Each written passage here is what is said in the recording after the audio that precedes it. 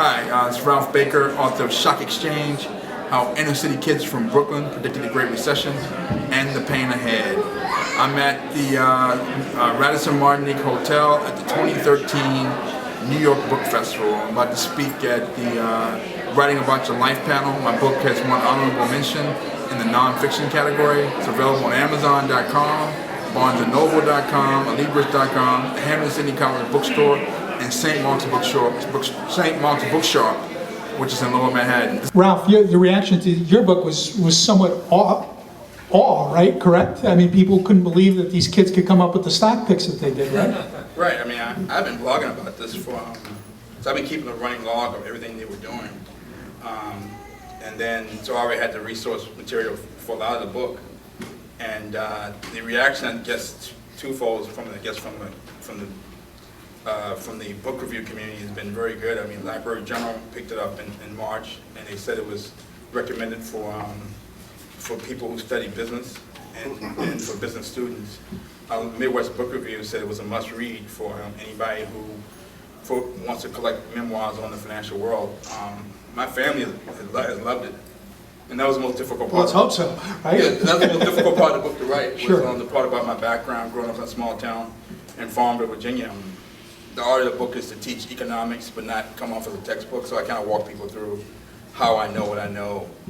My economics classes, Economics 101 in undergrad, my business experience, and also the sort of the economy, the recession that happened right after I graduated from college, showing the charts of housing starts and auto sales back in the early 90s. And then I ended the book with what those charts look like now: housing starts and auto sales, how they're getting worse, and the potential for social unrest going forward. So I ended the book with sort of a picture of the pain ahead. Yes.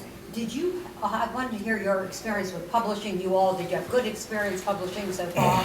Or did you have a hard time finding a publisher? No problem finding a publisher? What was your experience? I had a dream that I was going to get maybe 30, 40 publishers beating down my door. I called the first publisher and told them about my book. And there was dead silence other than the phone. It was as if I had called and asked for someone to put ask them to build a deck on the back of my house, or sell me a used car or something. It was like, why are you calling me? The luckiest accident I had was the first person I called was my high school English teacher, who's edited 3 books for her husband. And she basically told me, you should self-publish it. Why give a publisher all your money, all the profits, when you're gonna have to market it anyway? So the luckiest accident I could have, I called her. She did and she agreed to edit it from a structure and flow standpoint. And then I went out and hired a copy editor to help me with this line by line with the copy editing and the grammar and misspelled words, so on and so forth. So I had two forms of editing, and that, for me, that would have been the most difficult part of getting the book self-published. So I kind of had someone who was helping me from a structure and flow standpoint, and also giving me advice on the industry from someone who's kind of gone through it before.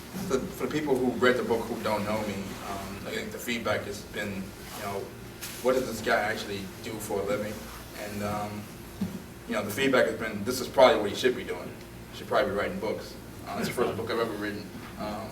Secondly, there's just writing about my childhood and growing up, a section in the book called The Demon Child. And I had forgotten how I used to be, always creating mischief, laid back, easygoing, happy-go-lucky, about family. And I think a lot of times our biggest mistake is trying to be something that we're not, instead of embracing the person that we should be or the person that we should become. And that's when I was the most happiest, growing up with my family. And then just reading the book, I decided to, I guess, embrace my inner demon child and getting in touch with that 9-year-old boy. It was the happiest period of my life, when I was happy-go-lucky and easygoing and carefree.